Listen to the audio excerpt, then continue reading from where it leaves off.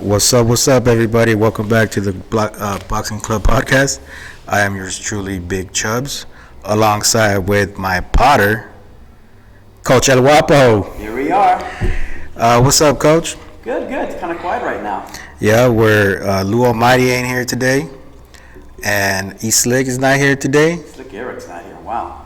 You see what happens on Valentine's weekend, Coach? We get ditched. True love is hitting them. Yeah. So what's up, Coach? How you doing? I'm doing good, real good. Like I said, everything's flowing, so I can't complain. Obviously, a big weekend for fighting. So yeah, actually, it's pretty exciting. It's a pretty exciting weekend. We got JOJO Diaz fighting tonight. JOJO Diaz, yes, Joseph Diaz Jr. Straight out of South El Monte. What's up to everybody from El Monte? I kind of grew up for a little bit in El Monte. I was going out there in the summer times off of Peck Road. What's up, El Monte? He's going up against undefeated Russian. Undefeated, yeah, that's a big fight. Big fight. I don't even know how to say his name. Sorry, no point intended to be disrespectful, but Rakhimov? Rakhimov. He's 16-0 with like 12 knockouts. That's a good record. He's a power puncher. He's got some movement. I don't know if have you checked him out? I have not. I saw his stats, but it looks really good. Yeah, his highlight video on YouTube is intense, dude. And but unfortunately for JOJO Diaz, he lost his belt last night at the scale. How does that? Yeah, that's a tough one. That's really a tough one. You know, anybody understands, especially fighters, what a big fight it is to be on the scale. You know, before your big fight, you're fighting yourself on the scale and meeting the weight. So, for an example, I believe he was 3 pounds over. 3 pounds over, yeah. Pounds. 3.3 pounds or something like that. That's a lot. It is considering for a guy that doesn't have that much fat in him. He's mostly muscle. Dude, he's cut. Exactly. So it's hard to shave that kind of weight. In other words, the drop that 3 more pounds is really to say, oh, it's water weight, and there's also muscle there too, and that weakens you. And it, like I said, it's hard to drop that. But again, that's his diet. As a professional, you're supposed to meet that weight. So he was behind. He wasn't ahead of schedule. He was behind schedule. So therefore, that's where he dropped the ball. He should have been concentrating more on his dieting, even though he was.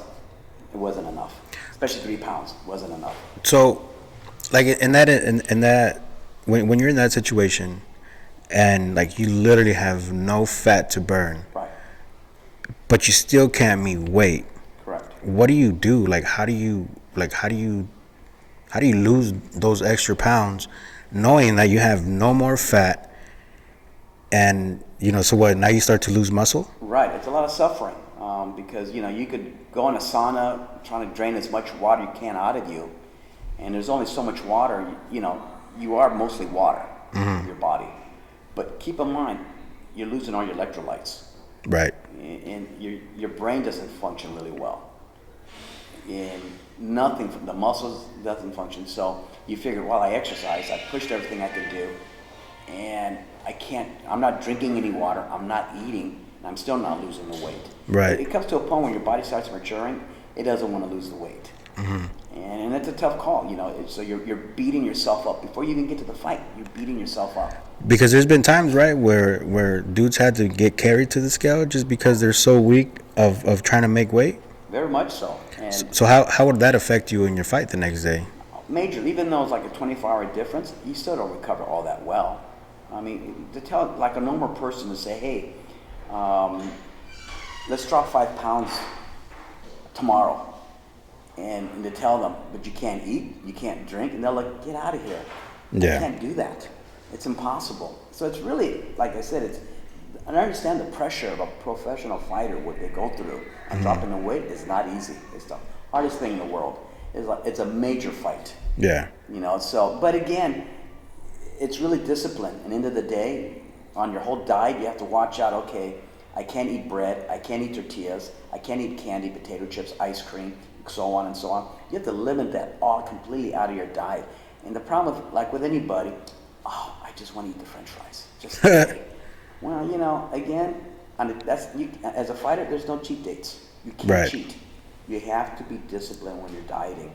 So you really need somebody to monitor you when you're eating, because you don't realize I'll have a cheat date and it becomes bigger and bigger. And so that's why when a lot of fighters have a nutrition, they follow you. Right. Make sure you don't get. They say, hey, we feed you. You don't go anywhere, and they count the calories because there's fat in seasoning. People don't realize that.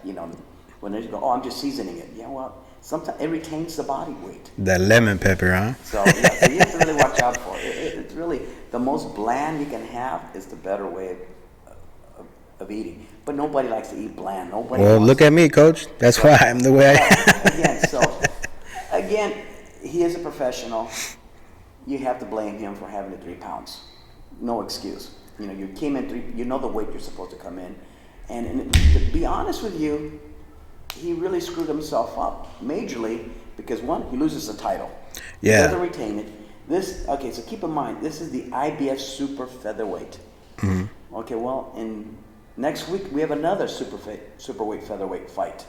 In other words, which is Oscar Valdez. That's right. And so, in other words, you just kicked yourself out of the running mate of fighting those guys. Exactly. Because now, this was supposed to lead you to a bigger fight. You screwed it up. So now that he lost his belt, does he go all the way back down to the bottom, or how does that work? He lost his belt, okay, because he's 3 pounds bigger, and then again, so there's got to be consequences. You lose your belt. So if you win tonight, you don't get to keep your belt. So you now the belt. If the other opponent wins, he wins the title. Right. If he does not win the title, then it becomes a vacant belt. JoJo doesn't get the belt. So JoJo, if he wants that belt, he has to fight for it now. It's vacant. But still, so Rakhimov, right, or Rakhimov. Correct. Even if he loses tonight, he still would be the number 1 contender. Am I correct? Well, yes and no. I mean, he lost to the champion, regardless. Right. So, in other words, there's other people in line waiting to get in there. So, it would be Diaz again to fight in the next rank. So would Diaz get the first shot at fighting for the vacant belt? If that's in the contract, yes. Oh, okay. If it's in the contract, meaning, okay, you don't have the belt, so you have to fight for it back. And then he says, okay, I'm fighting for my belt back. So it's another championship fight again for him. Well, but still, do you think maybe he should move up in weight since he's having a hard time cutting weight? That itself is a question itself with his team. In other words, they know how his dieting has been. If he's been, let's say he goes, well, every time I fight, I've been trimming 20 pounds, which is a lot. Right. And, as your body matures, your body wants to put more weight on. Maybe it is time to go up on weight. Or was it a bad diet? Only they would know. So a fair answer is it's really up to them to say, hey, we're going to stay at this weight. We're going to dedicate our time to this weight. So we're going to make sure we're not eating tortillas, no more tacos, enchiladas, pizza. See, I can never be a fighter, well, coach. That's really, again, a fighher is always fighting on the diet. Everybody wants to be a pro boxer. I have no idea what it takes to be a pro boxer. You have all these amateurs. They have this big dream. I'm going to go pro. I'm going to go pro. And they don't have to really fight the weight as much as a pro boxer does because they have a 10-pound leeway for amateur fighting. Oh, really? So, meaning if you're fighting in a 150, you could be. So to fight in an amateur, to fight at 150, you could fight somebody up to 159. Oh, damn. So, or 155, 156, you have a leeway. And some of the amateurs have a hard time being at that weight as well. And so, but being a pro, that's completely different. There's no in between. You have to be on the scale weight. You could be below it, you just can't be above it. Oh, so if you're a 138, you're a 138, you can't be 138.2, 0.3? Correct, you can't. You have to drop that 0.2. No shit. You have to drop it. And there's consequences for it. So, one consequence is they said, okay, because you're 2.2, we can reward the other fighter more money out of your purse. It comes out of your purse. And depending on the contract, in some of these contracts I've seen 1,000 out of it, up to $1 million. $1 million? Out of my purse? Yep. Oh, fuck If that. you're overweight. So it really, again, because they're trying to keep it an even plane, it doesn't make sense to fight somebody who says, hey, we fought for this weight, but technically you were a half a pound over. You were not Right. at that weight. So that's why it's really critical. And JoJo Diaz, you know, in his camp, they should know better than that. They should have been on top on the weight and say, hey, because they knew, they really did. They knew that going on the scale that he was overweight. Right. They had to know. And- that was not a surprise. And usually, sometimes when they try to be like, all right, well, you know, take your shorts off or cut your Right. hair, they didn't even try that. They just said, fuck it, we're overweight. They're overweight because they realize I weakened myself. I can't drop anymore. It is what it is. I can't drop a pound, let alone 3 pounds. So screw it. So in other words, he also, probably in his clause, he lost money on that. Oh, for sure. So there's money there. He lost his title. Again, he lost himself in a major, mega fight of the featherweight, super featherweight title. Because that could have been next, right? That could have been next. It could have been him and what's that, Berchelt or Valdez. It's a big, big event going on the weight, and he screwed that up. So, and to be honest, I'm not like JoJo. Yeah, I like JoJo I like too. JoJo, but he put himself in the B class instead of an A class, and that's on him. That's on him. That he knows it. They're like, yeah, you know, we went backwards, not forward. Yeah, we're rooting for you, JoJo. How does he bounce back from this? Well, again, it's for him. He's got to say, all right, I got to really watch what I'm eating. Typically, in other words, when you're on vacation or when you're not in training, you still have to watch your diet. Right. You know, you just can't say, oh, I put on 20 pounds, but no big deal, I'll shave it off. You really should always watch your weight. If that's what you're really fighting for, then that's part of it. Okay, so like last night, Right. they had the weigh-ins and all that.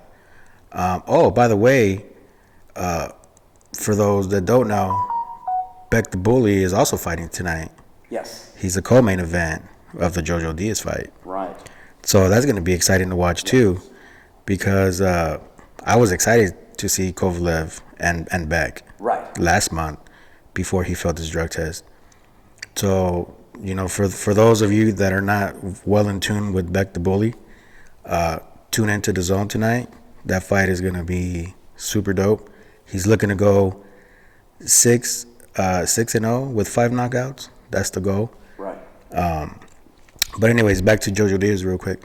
So last night they had the weigh-ins, Right. and let's say, you know, they came in at 129. Yeah. Today he comes in at 139 or 140. Correct. How is that? Like, how does that work? You know, is that still meeting weight or? Well, you met the weight the day before, and that's really what's critical. And like even today, why he lost his title, he's going to gain that much more weight than his opponent. In other words, it's even plain if you both come in equally in the weight of the weigh-in. So whatever you put on afterwards, so be it. But now, since you didn't meet the weight, you're putting extra more weight. In other words, he can come in literally 10 pounds bigger. Is that cheating? Yeah, you know what? It is in so many ways. But It is though, right? People don't want to say it. That's Back in the old days, when you weighed in, you weighed the day of the fight, not the day before. because they used to weigh in the morning, right? Weighed in the morning. That's right. It was in the morning. So if you came in, if you wanted to fight at 147, you fought on the morning. You weighed in the morning of it at 147, and that way they looked at you. Okay, you're overweight. You still had time to lose the weight of the day of the fight. Right. Now, there's more money involved and more promotions. They're going to say, all right, we're going to let you guys recover 24 hours. Therefore, suffer the day before, losing the weight, and recover the next day. You don't think they should do is like, okay, let's weigh in the day before, and if you don't meet weight, you still have time to weigh in the morning before the fight, or is that cheating as well? That's cheating as well. I mean, because it ruins the whole plot of the weigh-ins. It doesn't make sense. You didn't make the weight today, let's go back tomorrow. Right. And again, who was your audience? Who saw you? Who did this? You know what I mean? Right. What did you do to lose the weight? You lost it. You lost your time. You had your time. So you don't get extra time. Oh, I see. Well, I don't know, man. I think I was really rooting for JoJo Diaz today. Yeah. Again, Yeah, let's I mean, say he he's- has a great performance today. Doesn't mean anything anymore. I know that's He what ruined it. That's the whole thing. That's what And sucks. If he has a great event tonight, and knocks the guy out. They say, yeah, but you were bigger. It's a blemish. And if he loses, it's a major blemish. He doesn't win. There's nothing. Do you think his heart is still in boxing? I'm sorry, what was that? Do you think his heart is still in boxing? I believe so. I believe so. It really has. It'll probably show tonight, if he's really in it or not. But it just shows how unprofessional you are not to meet the weight. It really does. You have a contract to meet, and you're supposed to meet it. Right. And with any contracts, that's with anything. Maybe he just needs to move up in weight. Maybe, but what's the next weight up of 129? I'm sorry? What's the next weight up of 129? Well, he go to 130. 130. There's 130 sitting there for him. There's 135. Maybe 135. 135. It depends, but again. Who's in the 135 division? You have to look at who's in the 135 and how strong they are and what their record is, and can you go after them in 135. It's easy to say I can go up on weight. Doesn't mean you can fight those guys at that weight. You have to start out slow and see where that takes you. Yeah. Not everybody's gifted to be jumping on weights. Hey, did JOJO Diaz used to be a UFC fighter? No. He was always a boxer, right? He was always a boxer. There's some dude in the UFC that looks just like him? No, he's always been a boxer. He was an Olympian. An Olympian, okay. No, he's always been a boxer. He's from L.A. South Felmonte. So, again, like I said, this is something he has to really, analyze himself. This is like I said, it really says it's going to be a tough one because when you're watching it, you could look at it like, oh, I'm a big fan of JOJO Diaz, or man, he dropped the ball. It's going to be a negative. I don't know if it's going to be a big. Oh, maybe. I wouldn't see it as a huge negative, but still, it is a big negative because it's a blemish. You never met the weight. Yeah, that's. So in other words, especially think about the other opponent's family and friends, and they're not going to give him any credit. Is this the first time he doesn't miss weight? He doesn't make weight? I believe this is his first time he hasn't met weight. Okay. Yes. So what do you think of fighters that repetitively don't make weight? Then your contract gets more screwed, and you get more blackballed. It's like you kind of disrespecting the sport. You're a professional. If you don't act like a professional, then you won't be coming into a professional event. No, that's true. Man, hey, JOJO Diaz, if you're listening, bro, good luck tonight. Kick some ass and bounce back, bro. I know you can do it. I know you can come back. And this Russian is no joke. Oh, it's a tough fight. This is not going to be an easy fight for him. Yeah, no. It really is not going to be an easy fight for him. So the Russian knows who he is, and he's coming to fight. And that's exactly. Yeah, the Russian, oh my goodness. So, and this could be a major upset as well. So the upset would be the Russian winning, right? Yep, correct. Then JOJO has to go back to the drawing board to see where he sits at. Maybe he's not. No, but yeah, tune in tonight. I know we're recording Saturday morning, but this will be up in a while. So make sure you guys tune in to The Zone tonight and watch JOJO Diaz and the co-main event of the Beck the Bully. That's the one I really want to see, to be honest with you. Good one, yeah. Yeah, because he was mad. He was mad at Kovalev for he was telling Kovalev that he started to take performance enhancing drugs because he was scared. Well, again, that's that could be true in so many levels because it's really Kovic's getting older, slower, and he's not the boogeyman for himself anymore like he used to be. He was just a remember when he was like the boogeyman? He was very dominating, very dominating. But as your opponent, of course, you're gonna get upset because that was his big, namer to defeat. Right. And that's who you were prepping for. So I don't blame him being upset. I would be too. You think Canelo was his downfall? Because he hasn't been the same. Be, in so many ways. If you're watching that fight, he was winning the fight. He was winning the fight. Clearly winning the fight. He kept his range, kept his distance, and he knew I'm not gonna let Canelo walk in. And again, boxing's based on mistakes. He made a major mistake where he was standing, and he got caught, and he paid the price for it. So it doesn't matter all the rounds winning. A knockout to knockout, you lose. Yeah. That's either the first or the 12th round.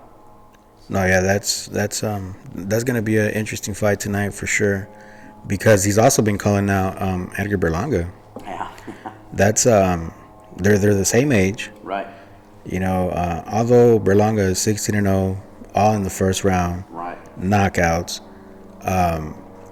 Beck the Bully, he has five wins, Right. 4 knockouts. Correct. He's looking for his 6th win with his 5th knockout. So how would you potentially look at that fight?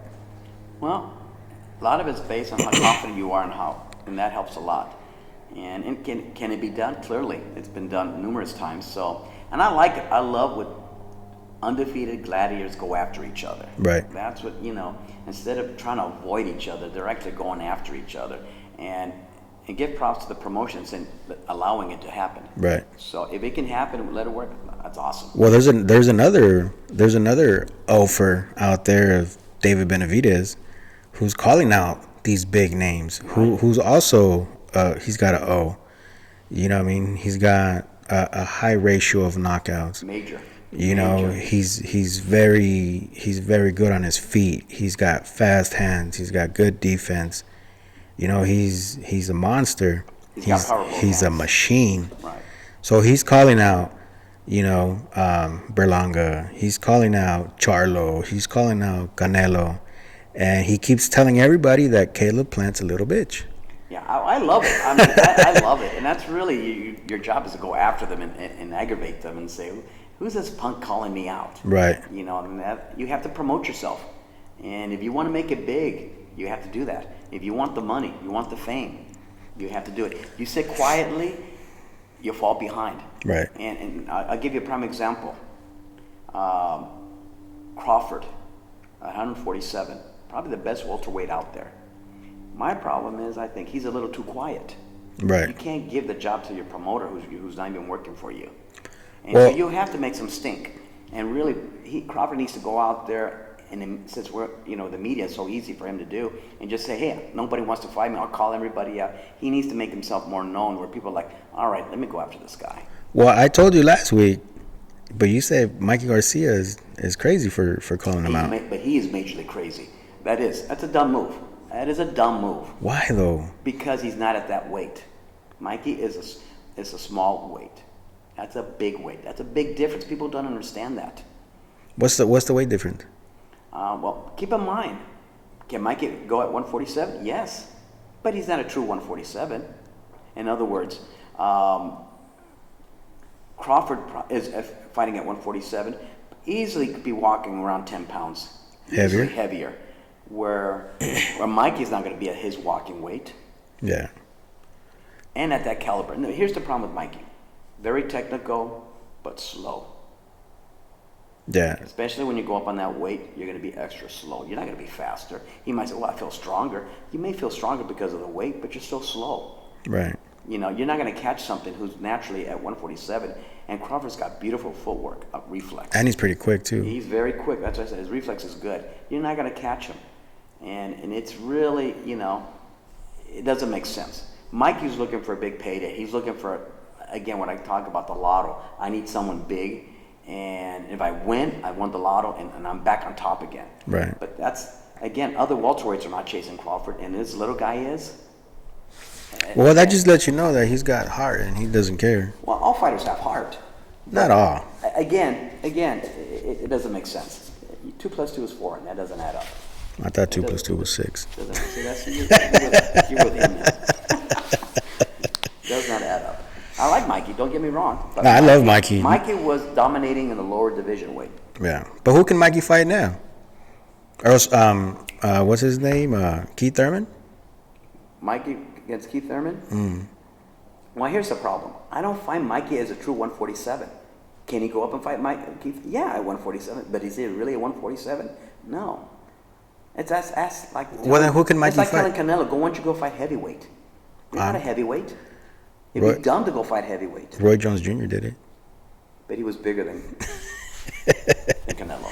And guess what? He was successful as a heavyweight. Yeah, he was. He was pretty dope. Hey, so what do you know about this Isaac Cruz? They call him Pitbull. Pitbull. The Mexican Tyson. Yeah. Have you heard of him? I have heard of him. Have you seen him? I have seen him. I watched him fight. He's a little monster. He's fucking bad, dude. He's a little monster, yeah. I have to say. It's funny. When you say Mike Tyson, I cannot tell you how many times I've heard that in fighters. This guy's a little Mike Tyson. He's a Mike Tyson. that name has been given out so many times to these little guys, Mike Tyson's, and apparently there's only one true Mike Tyson. Hell yeah.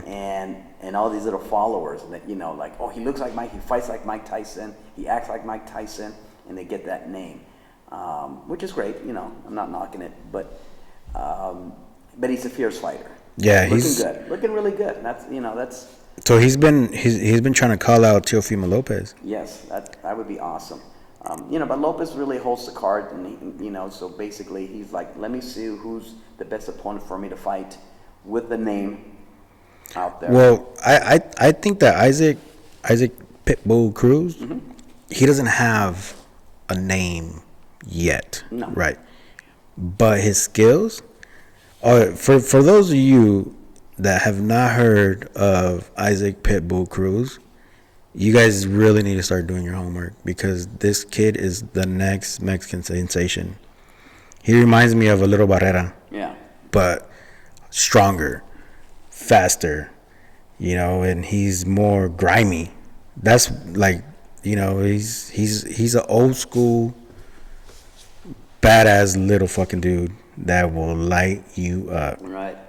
His knockouts are crazy.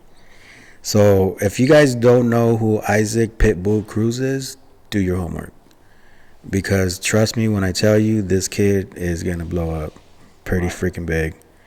And I hope he gets a Teofimo.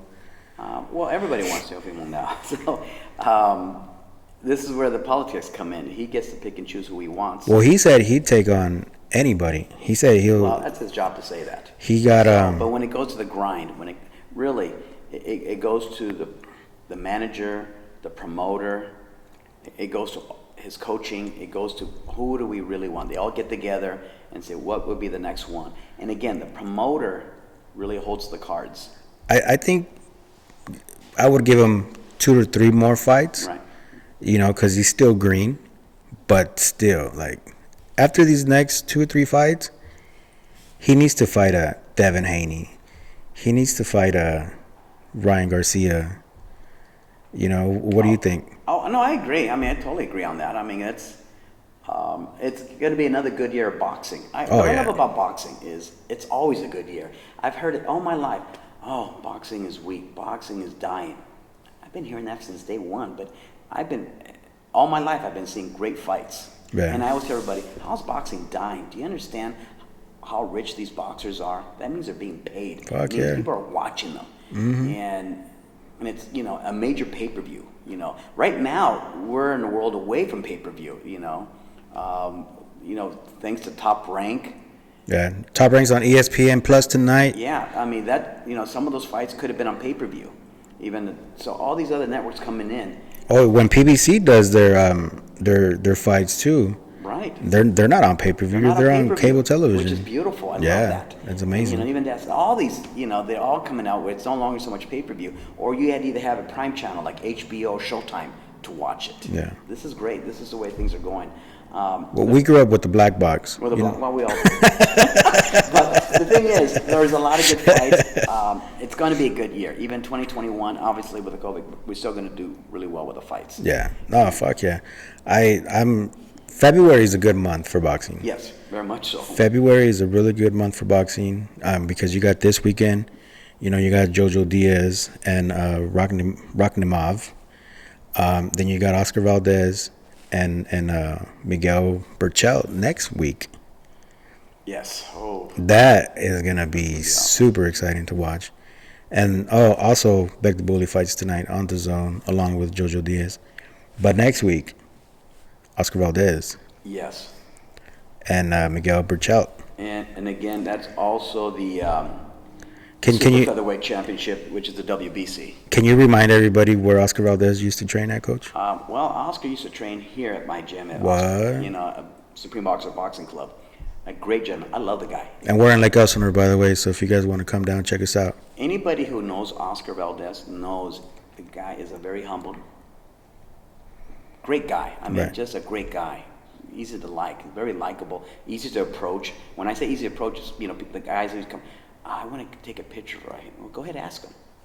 You know, and he goes, hey, yeah, no problem. He never said no. Really? I mean, the guy just like, yeah, you want to take a picture? Not, he understood it. He's like, yeah, you know. He was never in here, hey, you're bothering me. Right. Don't bug me when I'm working. Easy to approach, to talk to, and work. He works hard. Love watching him work. He is crazy. Yeah, no, I can't wait to meet him, Coach. So bring him back. Bring him back. Maybe he can be on the podcast. So I'd love to have him here. I would love to have him here, too. So what do you think about that fight? Of the Valdez? Mm-hmm. Oh, it's going to be one of his... Break it down. It's going to be his toughest fight he's ever had. Really? Without a doubt, it's going to be the toughest fight. And they're friends, too. Well, they're friends. Right, and they're also from the same hometown. Yeah, So they know each other really well. And it's crazy, as good as they both are. But it favors his opponent. He's at that weight class, and he's strong. Yeah. So for Valdez, he really has to bring his A game. His defense has got to be sharp. His movement, his strategy. Not just, I'm just going to go for the slugfest and have a war with him. This is not the guy you want to go to war with. Right. He's not the guy. You really want to bring your boxing skills out. And I feel the way the fight may go out, that it'll start out as a boxing, and then it'll go on to war. And I smell a knockout coming. This is a knockout. No, are you calling it? Oh, I'm calling it. Really? There's just no way how this fight cannot be You're moving the table. not a knockout. And so I'm going to have my eyes glued to the TV and watch this. No. I'm for Oscar. But does it favor Oscar? No. Not really. Because Miguel Berchelt, he's big. Huh? He's a big boy. Like, the guy's tough. Hell yeah. Why he's tough? Because it's his weight class. That's why. You know, Oscar's really moving up to that weight. And now I've been following Oscar. He looks good at that weight right now. I look like, he's very getting muscular. Really looks really strong. He's training morning, day, and night. He understands he's putting. And you know, think about it for Oscar, for his sparring. He has Canelo to spar with. Yeah. You could ask for anyone better partner than that. Is to, you know, hey, you know, let me work with you, Canelo. Let's spar with each other. That's the great guy because he can open up on him, and that's someone great to train with. Yeah. And so that advantage he has a great sparring partner for that. You think that's his like little cheat sheet? Well, yeah, it helps. It helps because it just teaches him. So he's getting more knowledge, and you know, is he coming to fight? Without a doubt. I mean, I'm very confident what he can do. One thing I do know, if you ever watch him, there's no quit in him. Right. The guy does not quit. He's willing to go down in a shield.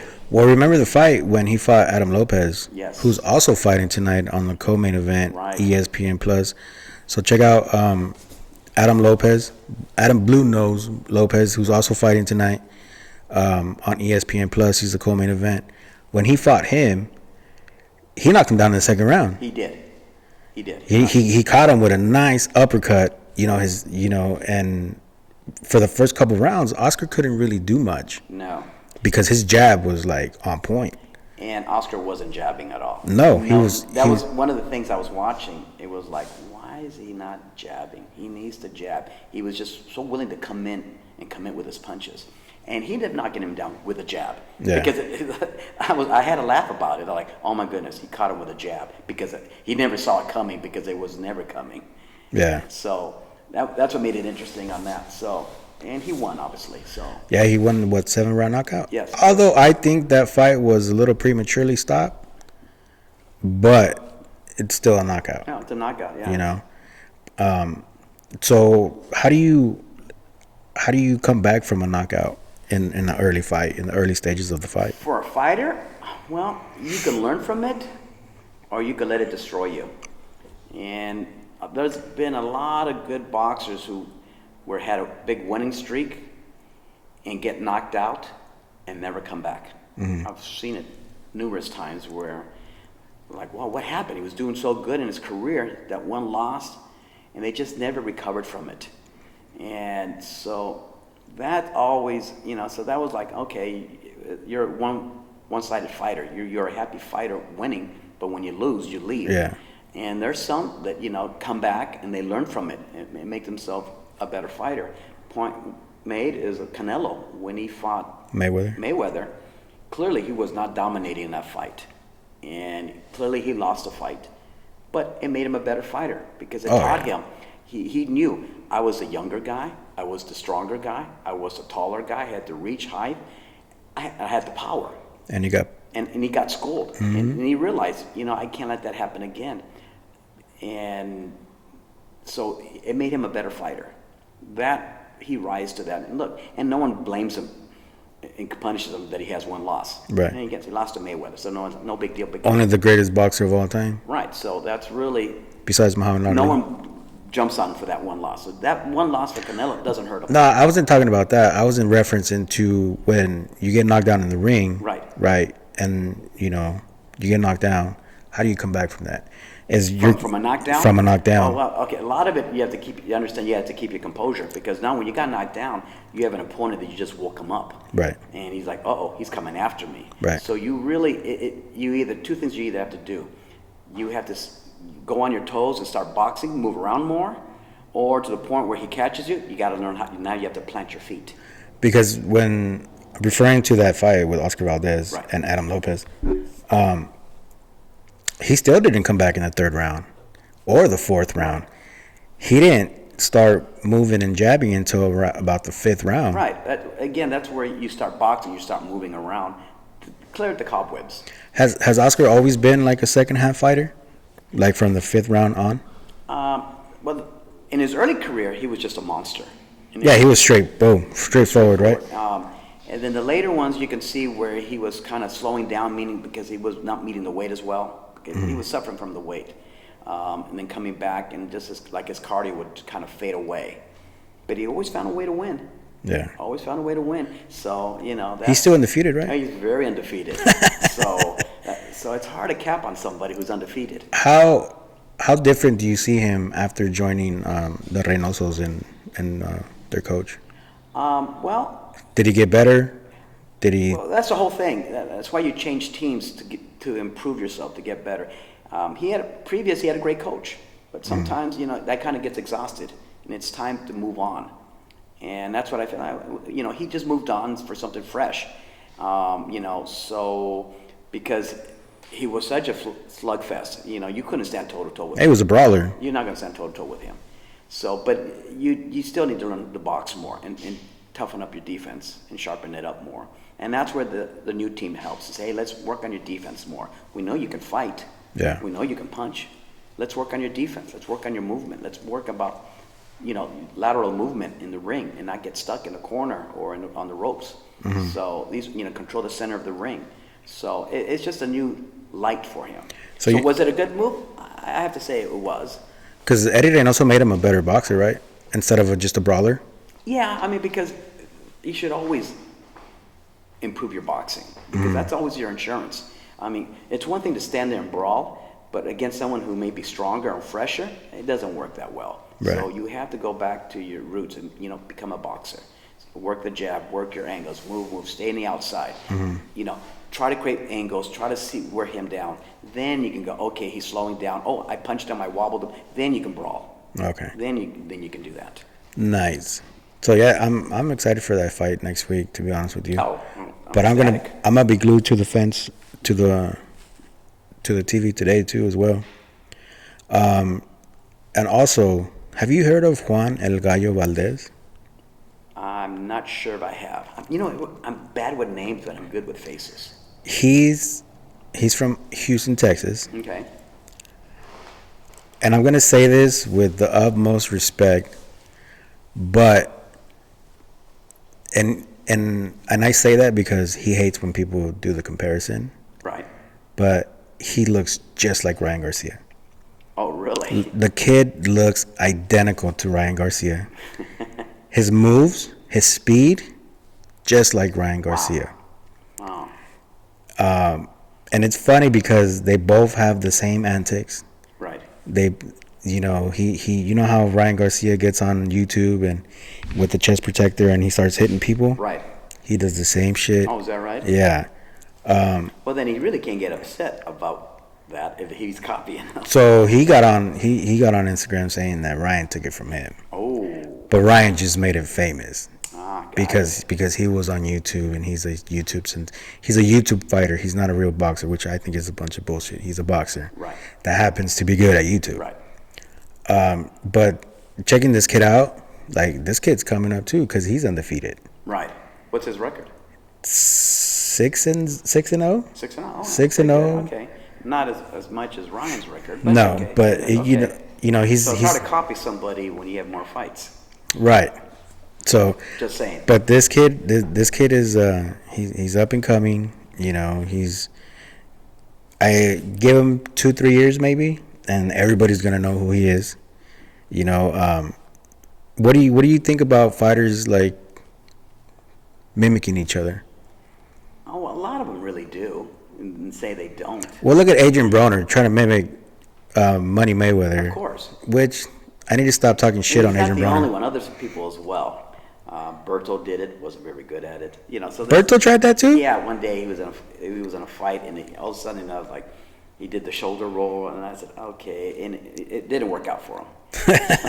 No, I didn't know that. So, but everybody wants to be unique as much as they can, but every fighter copies another fighter and look at their success and see what works for them. Yeah. So that's very normal. So this, you know, you have idols out there, and don't say that you're idols, but you look at them, you study them, what they're doing, and you're like, well, I'm gonna take a page from this guy, I'm gonna take a page from that guy, and this one I really like, I'm gonna take more page of that one because it's been successful for him. Right. So it's, you know, it's not an insult by saying, oh, I copied this guy, you know, when the guy's your opponent's successful. So. Well, there's a lot of fighters that. Like Benavidez was on an interview yesterday, and he said that, yeah, you know, I wanted to have a right hand like Oscar. Right. You know, I wanted to have a hook, you know, like Roy Jones Jr. You know, those fighters inspire me to be who I am today. So that makes total sense. Right. You know what I mean? But when you walk, talk, act, breathe like a certain fighter, that shit is different. True. Well, You know, you can't be. we're in the media now. It's now, boxers have to be cocky if they want to be noticed. And I think they want like for instance, Adrian Broner wants to be like Mayweather because Mayweather sells. Oh, of course. Mayweather's the most popular athlete, not even a fighter, a boxer. He's Right. the most popular athlete in the world, I think. Highest paid. Yeah. You know, he made a big stamp on the world of boxing.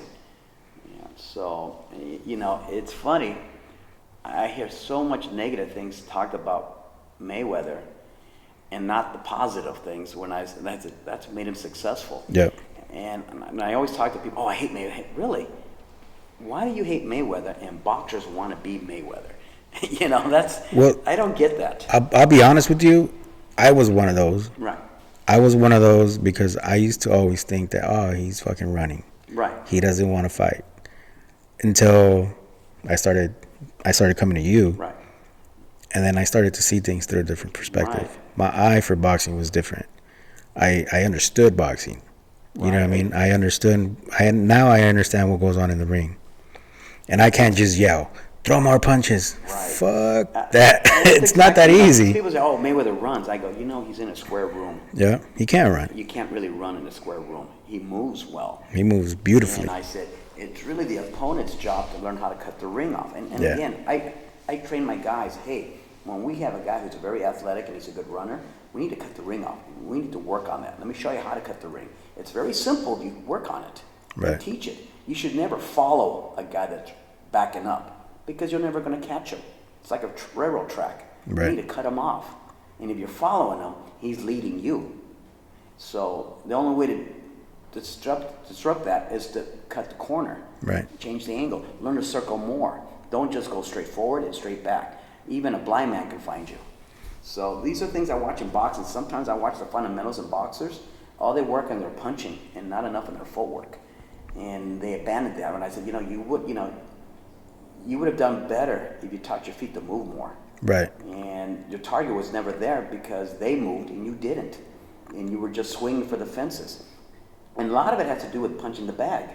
Meaning what? Well, because if you look at the bags, it doesn't have hands. Don't it punch doesn't have back. feet. It just hangs there. And you treat it like it's a bag that doesn't move. And so you're punching with sloppy defense, no movement.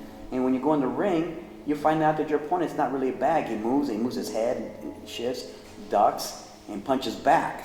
Especially punches back. So, when we talk about hitting the bags, I said, treat it like it's an opponent. Don't just stand there and go for an easy punch when it's really, in real life, there is no such thing as an easy punch. You have to earn it. Yeah, for sure. Somebody.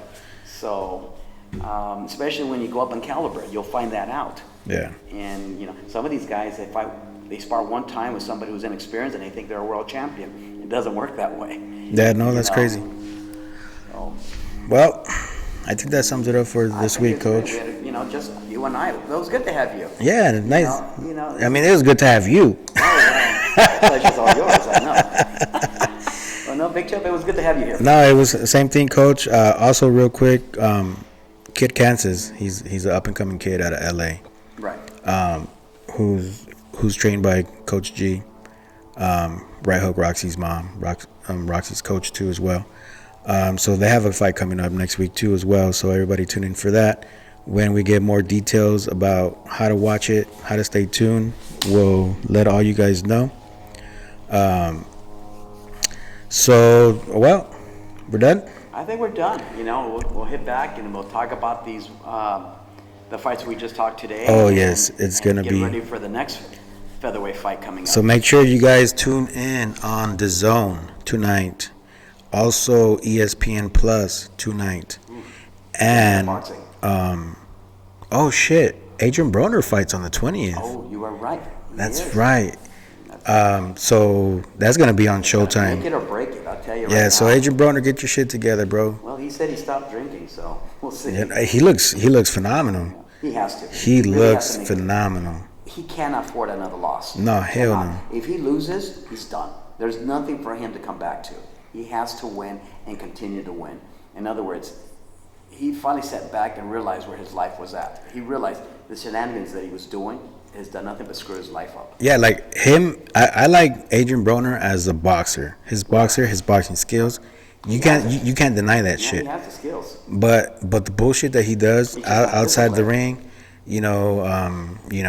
the can man, all that shit, like it's unnecessary for me as a fan. You know what I'm saying? He needs to go back as a fighter and not as his own promoter. Right. And really, if people are going to respect him, he really needs to be back as the fighter that he used to be. Yeah, you can't. He got too caught up thinking he was, the Floyd Mayweather Jr. Right. And it didn't work out for him. It did not work out. Throw that away and go back to his roots as a great fighter. Because I was a Adrian Broner fan until he started to mimic and act like Floyd. Dumb is what he was doing. Then he started talking too much shit and wasn't able to back it up. So I kind of got like, man, fuck that fool. But as a fighter, I want to see him do good. I want him to bounce back to be that badass fighter that he was. I've been watching him. He's looked like he's taking it seriously, which he should. I hope so. Obviously, because he's fun to watch. He's finally probably got a team saying, "Hey, look, that crap wasn't working. Right. If you really want to be back to it again and be the top dog that you can be, you got to discipline yourself. You have to go back to your roots and continue what you used to do. What gave you the name in the beginning? Right. The problem. For sure. So the problem. He became his own problem. Yeah, you need to go back to the problem and not the can man. Right. You know what I mean? No, very much so. Yeah, well, everybody tune in. We're a little short today. We're short-staffed. But it was good to have a one-on-one, Coach. All right. Well, we should do it more often. Love, peace, and 3 flowers grease. Right, Boxing Club Podcast. Out.